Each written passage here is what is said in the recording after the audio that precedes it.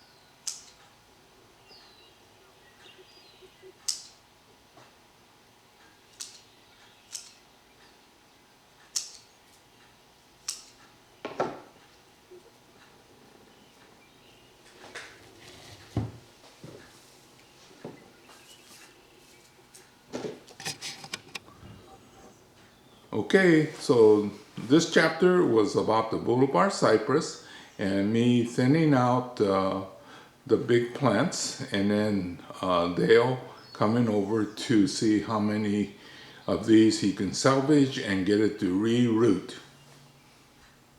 Okay, this is a sort of the follow-up from my,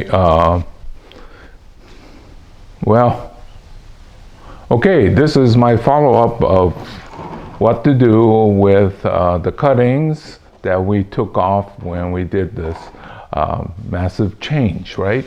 And then Dale came over and he was doing sort of the similar things here. Okay, so these were sort of the medium, large trees that I could fit in here. And it looks like, well, it's been a month and it seems to be doing okay, but it's too early for me to take this cover off and test, see if it's ready. It's usually 2 to 3 months before I should do that, just based on my past experiences. Okay, this is that crazy idea. This big one here, I was just gonna see if I could get this to take. Now, I have this in my greenhouse. And, you know, I've been talking to Dale, and this new guy here, I call him the family guy because he came with his son and daughter, and they're trying to get this concept of bonsai and how to propagate under their belt. Okay, well, I guess sometimes my conversation is kind of lacking in detail. So anyway, this one here is in my greenhouse. Okay, when I say my greenhouse, it's those pop-up tent-like things. So it's not a true greenhouse that costs tens of thousands of dollars to get it installed right. Well, this one was under $100, and it just kind of works, sort of. What happened was Dale and the family guy, they proceeded to go out and buy the tent. Well, in the early part of the summer. Well, the tent or the greenhouse that's not very sophisticated, it gets very hot inside. So instead of just increasing the humidity, it was starting to cook everything they stuck in there. Well, my greenhouse is in a area that's enclosed with 80% shade up on top and then well protected all sides. So yes, it stays warm, but not super hot. Well, so now they're out there trying to scramble and figure out how to put a shade on it. So anyway, these unsophisticated greenhouses are only good in the winter time when you want to keep everything a little bit warmer, but it's kind of a death trap in the summer. So anyway, I thought I'd let you guys know so you don't make the same mistake they did. Well, like I was saying, sometimes I get so excited and I forget to tell people about the little details. Okay, remember I was saying that the best time to take cutting is like March. Well, this one, according to the label, it's March the 10th. And if you look inside, it's not the big kind, right? And I said the smaller they are, the more success rate you have. So that's what this is. This is the very basics. So basically, take the cutting in the spring. March is good time to get started. March, April. May is starting to get a little warm, okay?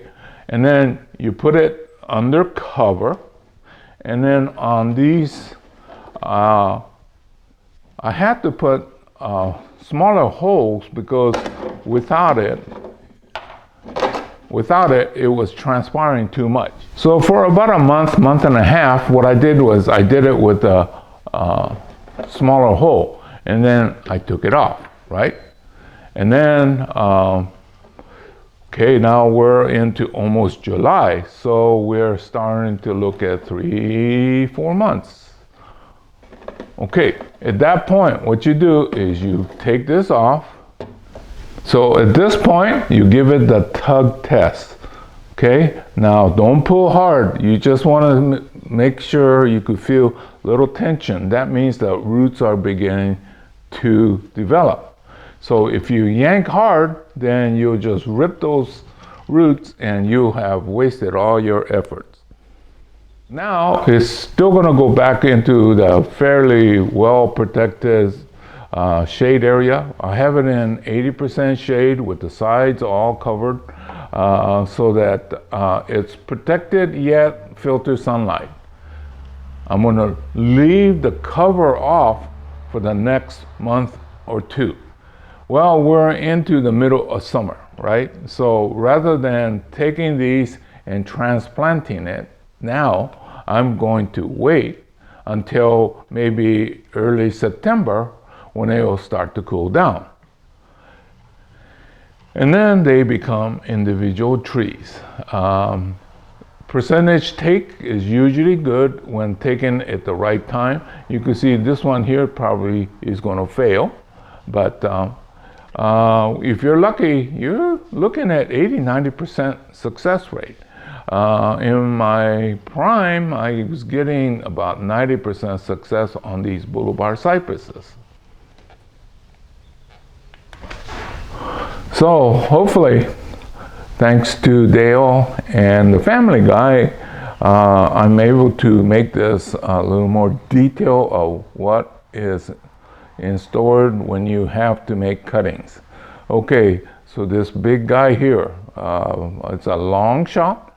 It's going back into my greenhouse, but the greenhouse is in a well protected, 80% on top and almost equal on the sides. So it's a well protected greenhouse, pop-up greenhouse, not one of those sophisticated ones where it is controlled with electronics and cooling and venting and things like that. So this is a very unsophisticated nursery technique, but it's quite affordable. But most of you should be working like this with the water bottle, and you should be able to get most of the things done that way. So anyway, hopefully this clarifies some of the stuff that I think needed clarification, because my top student, friend, and apprentice showed me that, whoa, he misunderstood, or he just wanted to take a shortcut, and he was not getting any success at all. This way, you're not guaranteed 100%, but you're given a great shot at it. So I think this one over here to the right, if this makes it, we'll definitely follow up. But I can see the success maybe next spring. We'll know by this fall whether it's going to die or not, but in terms of really starting to see some actual growth, it's probably next spring. Okay, so this is Hiro saying goodbye. I'll see you again real soon in another chapter.